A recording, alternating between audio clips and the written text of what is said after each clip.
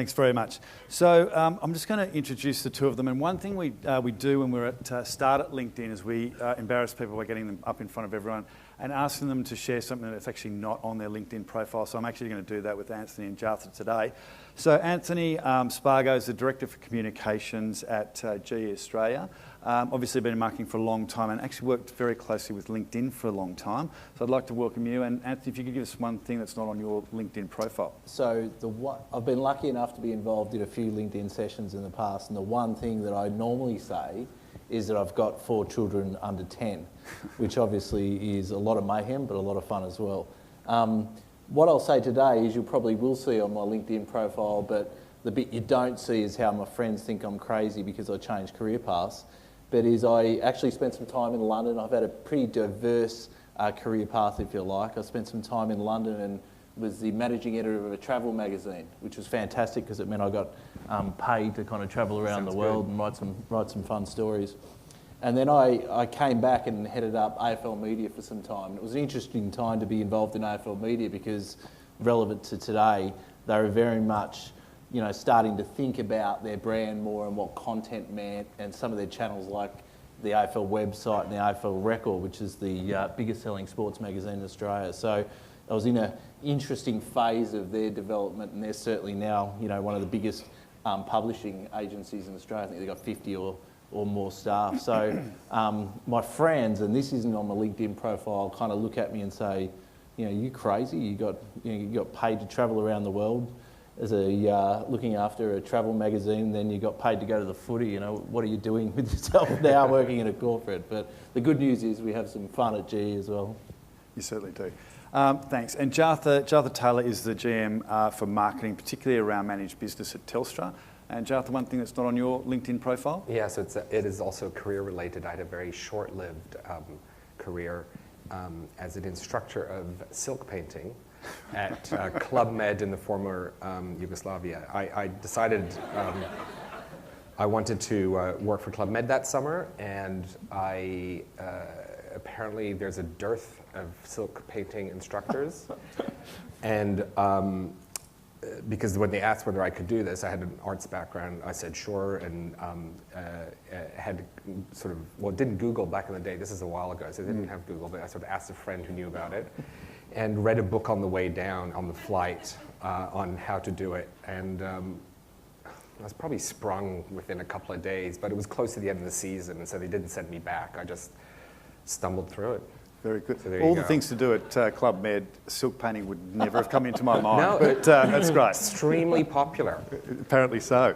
Yeah, so Anthony, I'll start with you. We talked. Look, today's been a lot about the importance of building long-term relationships with customers and audiences. Yeah. And we've talked about this before. About it almost gives you the right before you can even talk to them about product and price. Why do you think the relationship building these days particularly is so important? Well, I think there's just so much noise. I mean, you heard Bernadette speak about the fact that everything needs to start with the customer. And for us, that's where we really, you know, focus on things. What we do is we go to the customer first and try to understand what are the issues and key things that the customers want us to be talking about on their behalf. Mm-hmm. And so, you know, when you think about GE, it's a very diverse organisation. You know, a lot of the businesses we work in have got very long lead cycles. You think about aviation, and so we supply all the jet engines, for instance, at Qantas. They're the jet engines, by the way, that don't have any issues. So, you know, these are 30, 40-year long lead cycle deals. So you need to be able to develop trust. You need to be able to develop a relationship that has continuity. Sure. And it's really critical. And then on our capital side of things, the GE Capital team, we really don't always win on price. So we can't match some of the banks that are in the room here on price. So what we do is we need to offer more than just price, and we call it more than money. That's our kind of tagline. And by meaning that, it really means we need to understand customer first, what it is that we can give the customers that will beat just the price. And you know, things like access to our broader industrial businesses, things like access to the latest insights that we can provide, opportunities to, you know, come to events like this where there's great thought leadership opportunities and you can learn from some of the partners are absolutely critical. Mm-hmm. And so, you know, I think more than ever before, relationships are critical because there's so much noise, and that means that everything needs to start with the customer. Sure, really important to get on that shortlist, as Olivia was saying.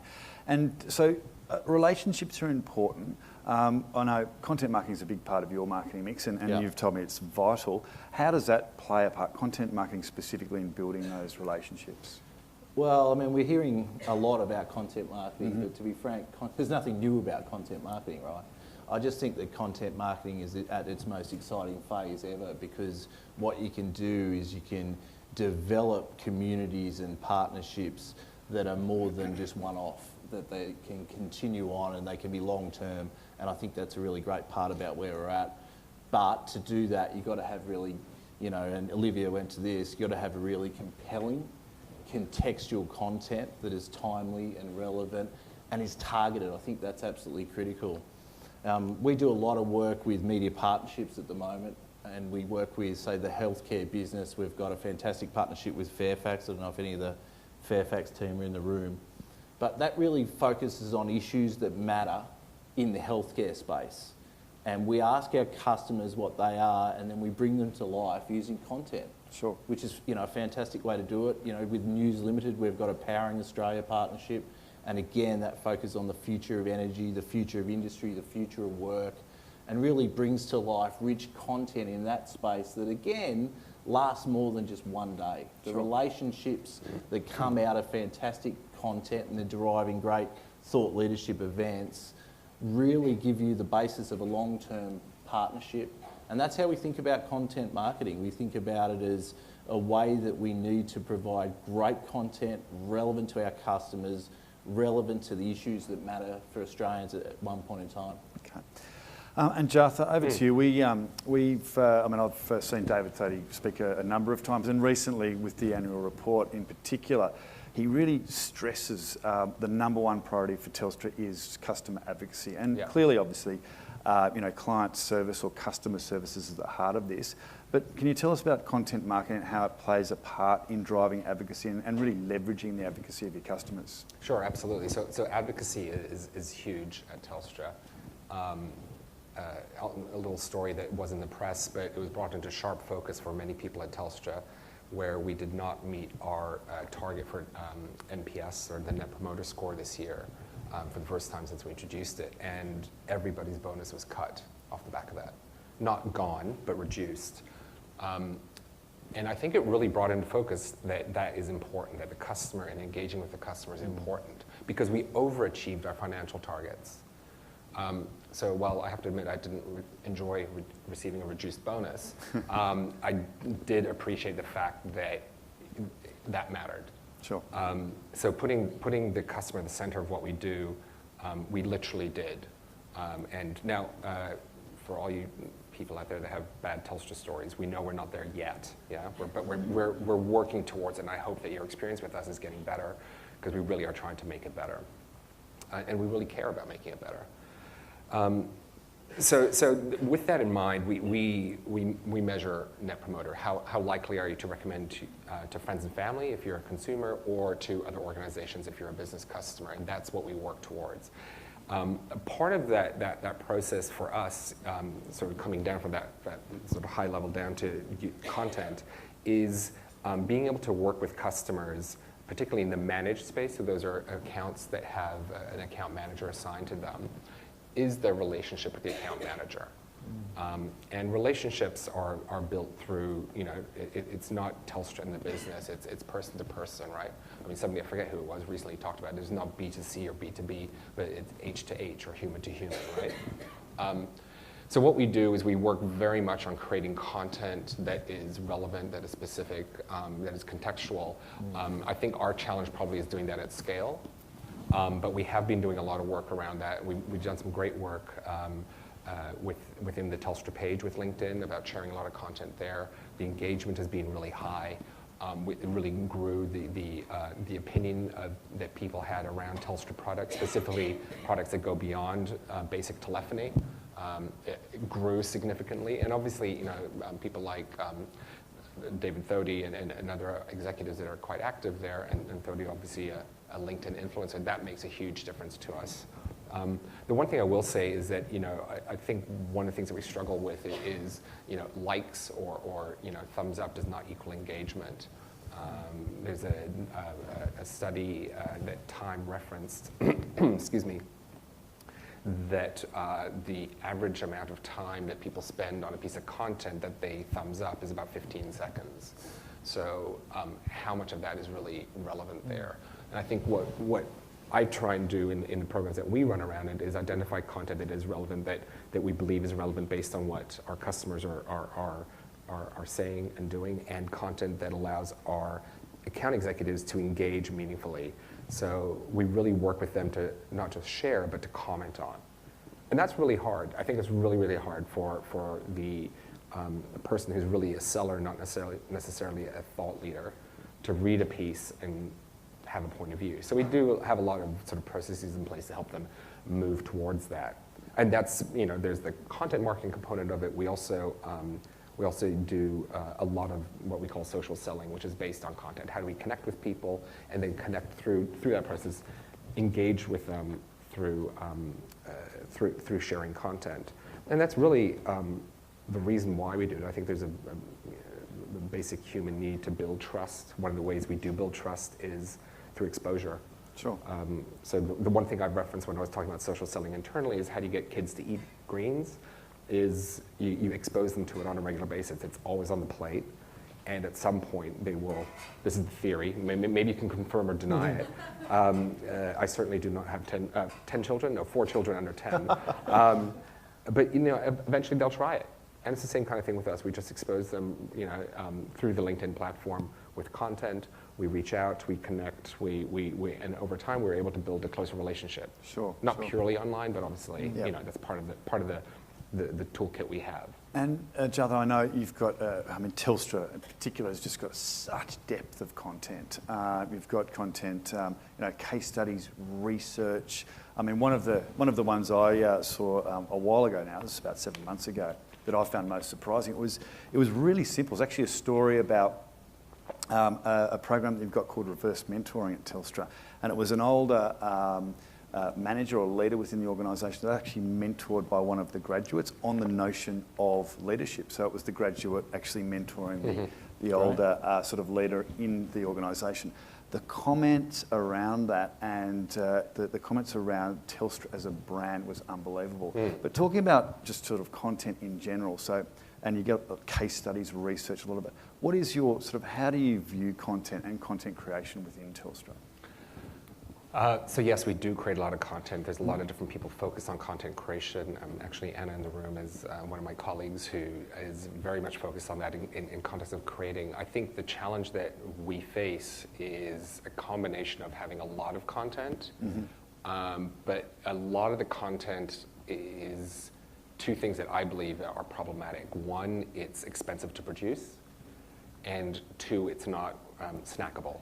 So white paper, 32-page white paper, we were talking about it this morning, we create them. So, and I'm ex-IBM, we love a good white paper there too. It's just, and I just suspect, I've never confirmed this, but I suspect that the white paper process is that you go to a website, you end up there somehow, you by mistake clicked on a banner, and you're there and you're downloading it. And the mere fact of downloading the white paper, because you sort of read whatever it says on the site, you've basically done it. You've read it. You never really go back to it. I mean, I struggle to go back to things. I mean, I struggle to read our white papers. And I need to. So I think that's really problematic. The white paper ain't the right paper, right? Yeah, exactly. Yeah, no, that's a really, really good way of putting it. So how do you break that down and make it a lot more snackable? Share it in a way that's relevant and meaningful. How do you move away from that? And Olivier was talking about the sort of curation component of it. Not everything needs to come from you. So how can Telstra, and I'm sure it's similar for you guys as well. You're a trusted brand. You can deliver that content, and by and by saying, well, I think this is worthwhile, give it some relevancy, but keeping it short. So we are looking at how to do that. It's a notion that we call actually big rock content at LinkedIn, and we did a very similar thing called the Sophisticated Marketer's Guide to LinkedIn, our version of a white paper. Now, it was downloaded quite a lot of times, which is very good, but we took that content, and we did. We really carved it up into snackable components. We had webinars, there was podcasting, there was blogs, there was all sorts of different articles, and that Big Rock content lived on for many, many months, and still does now in many forms. So it's very, very important. Yeah, I think we as marketers need to really get over our own boredom with whatever we're creating.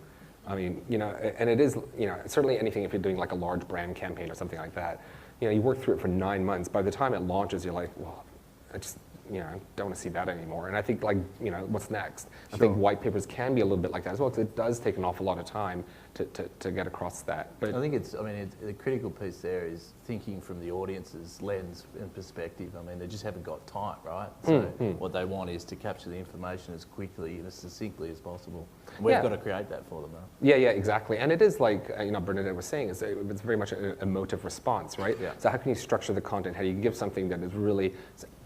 The most times at conferences like these when I see people writing stuff down is when somebody ends up with saying, look, here, there's just 3 things you need to do. 1, 2, 3. And clearly you need to do more than 3 things to get most things done, right? But that's it. We just want it broken down. And I think there is that real connection, like just make it simple, make the complex simple for me, break it down and do that. And I think, like, you're right, if you can use as a reference as Big Rock, but you sort of like, how do you take that and break it down a little bit? I think that's the challenge we have. Because I think by and large, marketing organizations are not set up for that. Yeah. And Jarther, Anthony, we've worked together for a while, and you've got a big focus on mid-market. Now, mid-market to G is any businesses that turn over around about $10 to $250 million in revenue a year. Very, very important to the Australian economy. I think it's around about 140 billion that it represents in the Australian economy. Yeah. Thank you very much. I'm underselling it. But you've got a strategy on LinkedIn that you're engaging particularly with C-suite in these companies and decision makers. And you've created a LinkedIn group. Can you talk us through the strategy and really how you engage with, which is quite an elusive target? That is, look at, and it's been an amazing community. And to be honest, you know, in the 4 years it's been going, we never expected it to have the success that it has had. When I went to the executive team and said, we want to set up a community on LinkedIn talking to our prime customers and audience, they were, you know, ho-hum, you know. But since then, they've really bought in, and not just because of the richness of the content. It turns out it's actually a great lead gen tool for us as well. Yeah. In fact, we get about 3 to 5 warm leads a week through this community, so it's fantastic, and it does a few things. One is it gives our customers in that mid-market space, and really they're, you know, businesses in 10 to 250 million.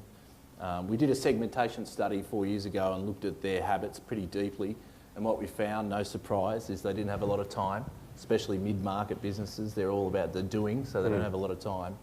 And then secondly, they wanted to go, and in terms of their media habit, they wanted to go somewhere where they could hear about other businesses in the same kind of sector or same kind of industry, and they wanted to share possibly ideas, challenges, opportunities, and then be able to take that practically back to their own businesses. Yeah.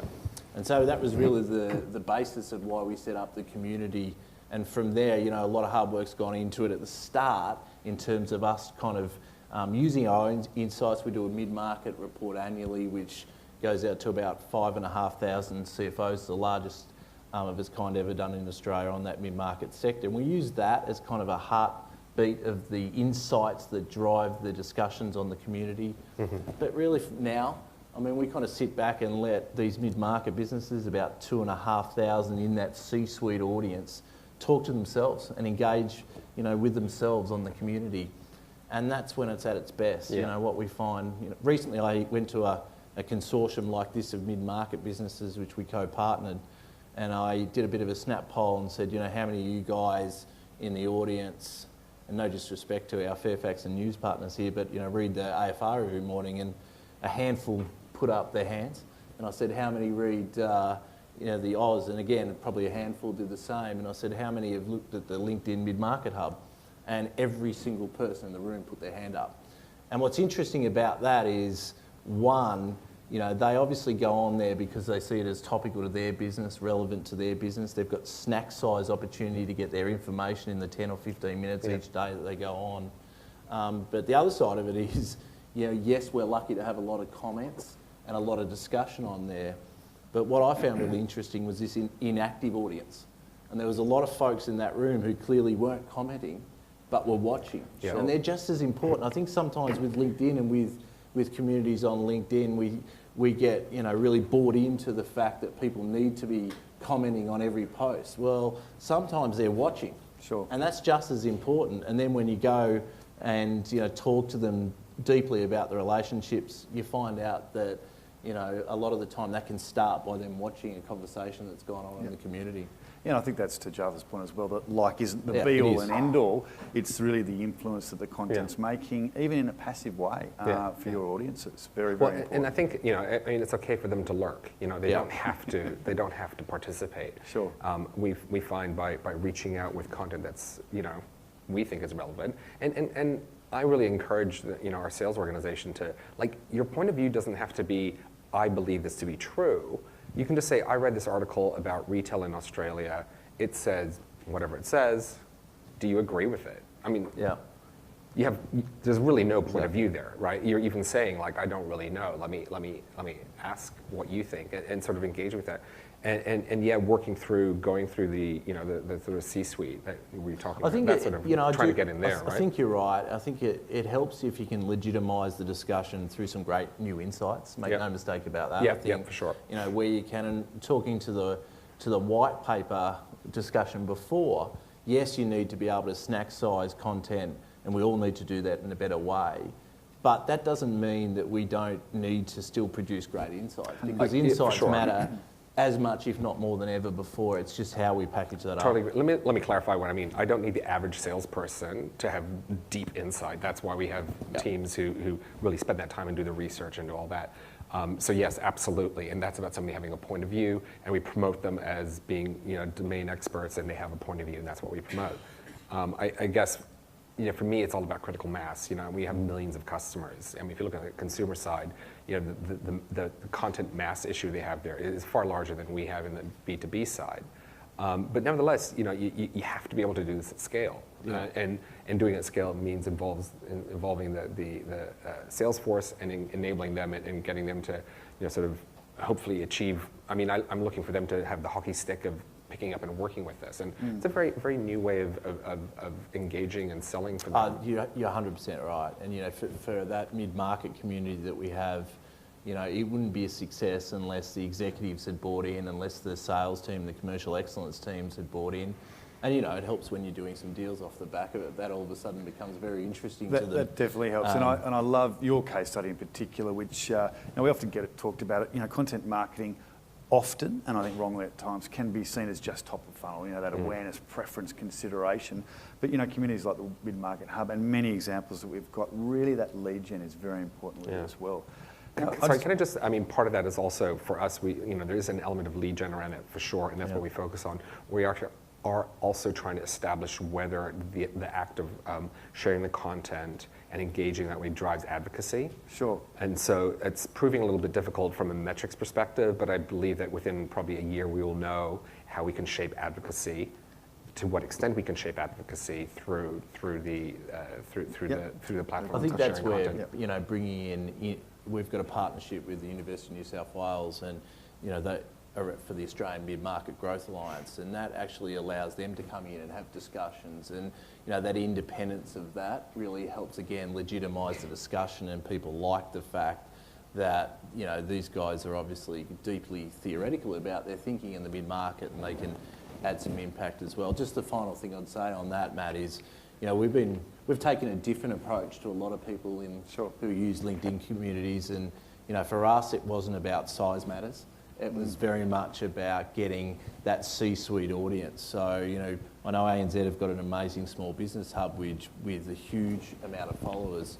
We've only got 2,500, but we probably could have had 25,000. Well, that was a distinct strategy of yours, wasn't it? A closed group that it was quality over quantity. So we knock back a lot of people based on the fact that they're not in that, senior management range. They're not in that mid-market.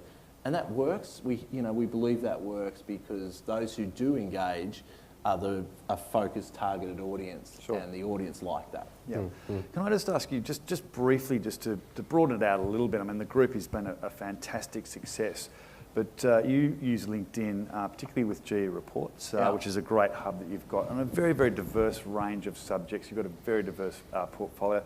You use sponsored updates to reach a much wider audience on the platform. Just talk about that for just a little bit. Yeah, we've really got two clear strategies with how we use LinkedIn, and to LinkedIn's credit, they've been able to grow with us along the journey, I think, and be very flexible about doing that, and credit to the folks in the room, Kai and yourself and the team who've adapted with our strategy. But our strategy is really clear, and that is we want to drive the right people to the mid-market community for the capital finance piece, and then broadly in the industrials, it's all about getting people to our GE Reports content hub. And hopefully some of the folks in the room have seen the GE Reports hub. That's really about a platform for us to tell stories about GE industrial businesses and all the interesting colour stories that go on around GE. So, we're very, very targeted with that. Not sure if anyone saw the recent story about the twins that were born premature, about 31 weeks. There's a great video just out if you get a chance, have a look at it. Fantastic family story about the fact that they were born 1.4 kilos, and then there was a piece of GE equipment, GE giraffe incubator, which kept them alive over a period. And it actually tells the family story in reverse.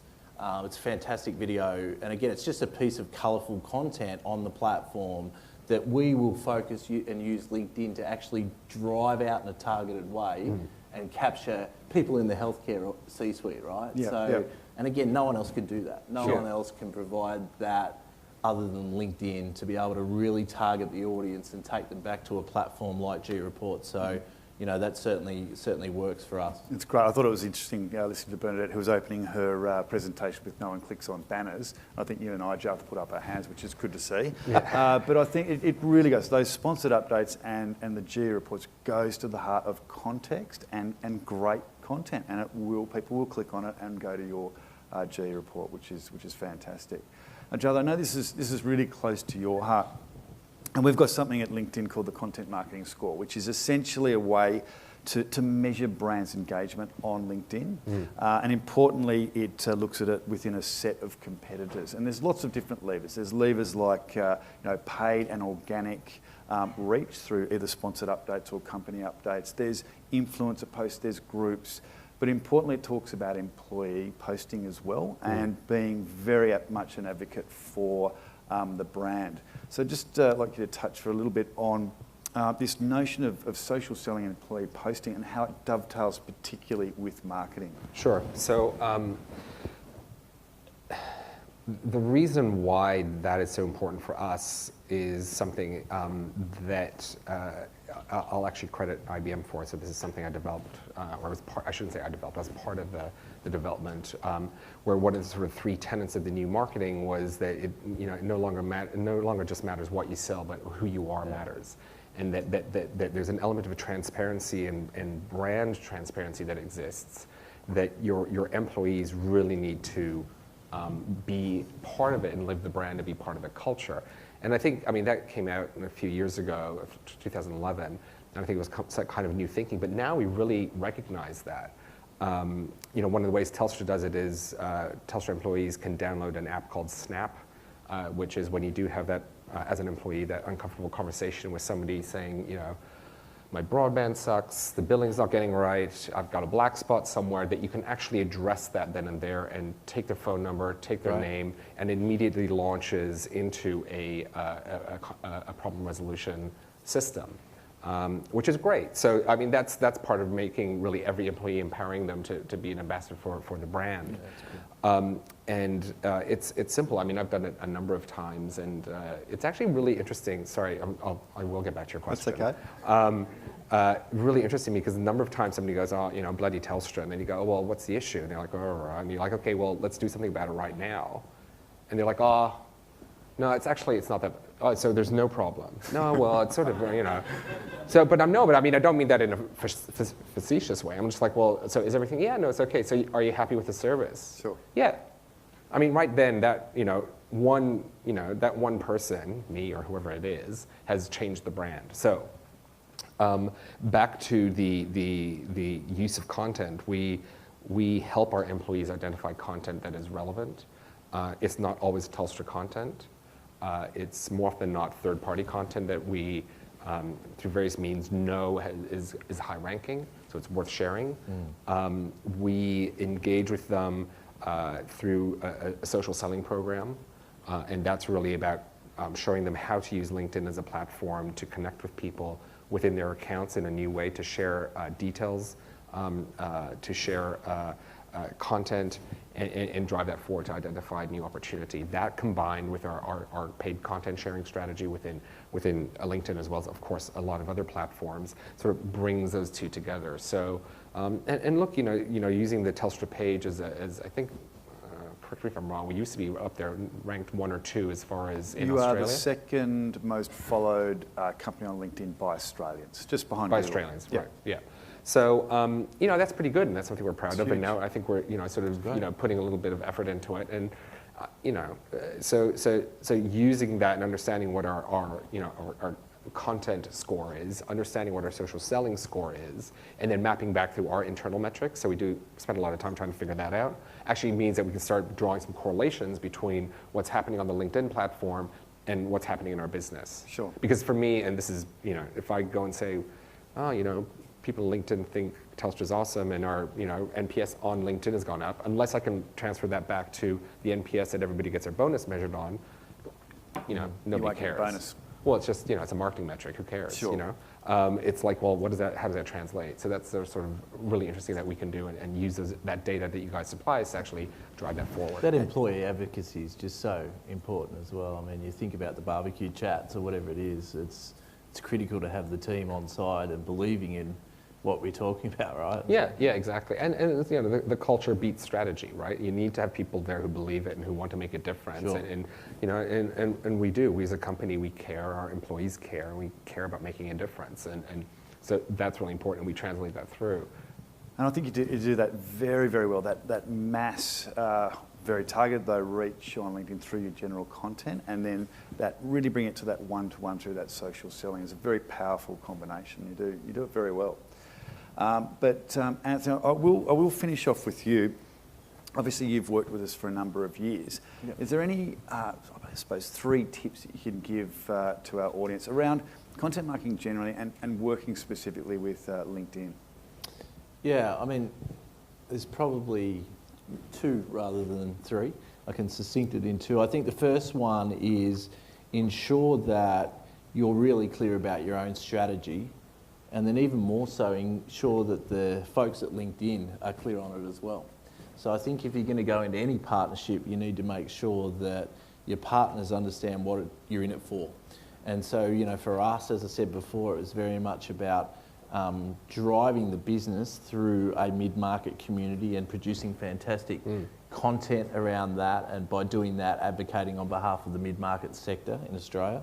That's firstly. And then secondly, it was really clear about driving penetration of our content hub for Geo Reports, and that was about telling the stories of the diverse businesses that we operate in Australia and the issues that matter to Australians around those businesses. So, that was really clear. We've tweaked, and I think this is point 2, be flexible, because one of the things that I've found about LinkedIn is they're able to grow and change with your business, and you need to occasionally push you folks hard on asking for different creative solutions, and I think you do a really good job on that. Example of that is we have a sponge cell on the mid-market community, an ad which really has 3 focuses on it, and it's kind of, you can click on Twitter, which is, covers all the real-time events that we have and real-time content. Then there's a video which talks about, the mid-market, or a customer testimonial. We'll change that up based on what's going on at the particular point in time. We'll have another different area there which will have the latest mid-market report, and people can see exclusively to the hub, see what the latest insights relevant to their sector or their industry, which is really important as well. And then, we also obviously use it for lead gen, so you can click through if you're interested in equipment finance or distribution finance or something like food and beverage. You can click through and speak to one of the salespersons, or just get a feel for more about the industry and have a discussion with the sales folks. So, I think that ability to be able to ask for different creative solutions from LinkedIn is really important. To test that sometimes, because you guys have got a lot of tricks up your sleeve, of which we sometimes see some of them, and I know you've got more. We want to see more. But great partnership, and something that we value. That's no one else can create focused content to a targeted audience the way LinkedIn does. That's my view. Great. Now, with that, I will ask you to join me in thanking Jarther and Anthony for their time. Really, really appreciate it. Thank you.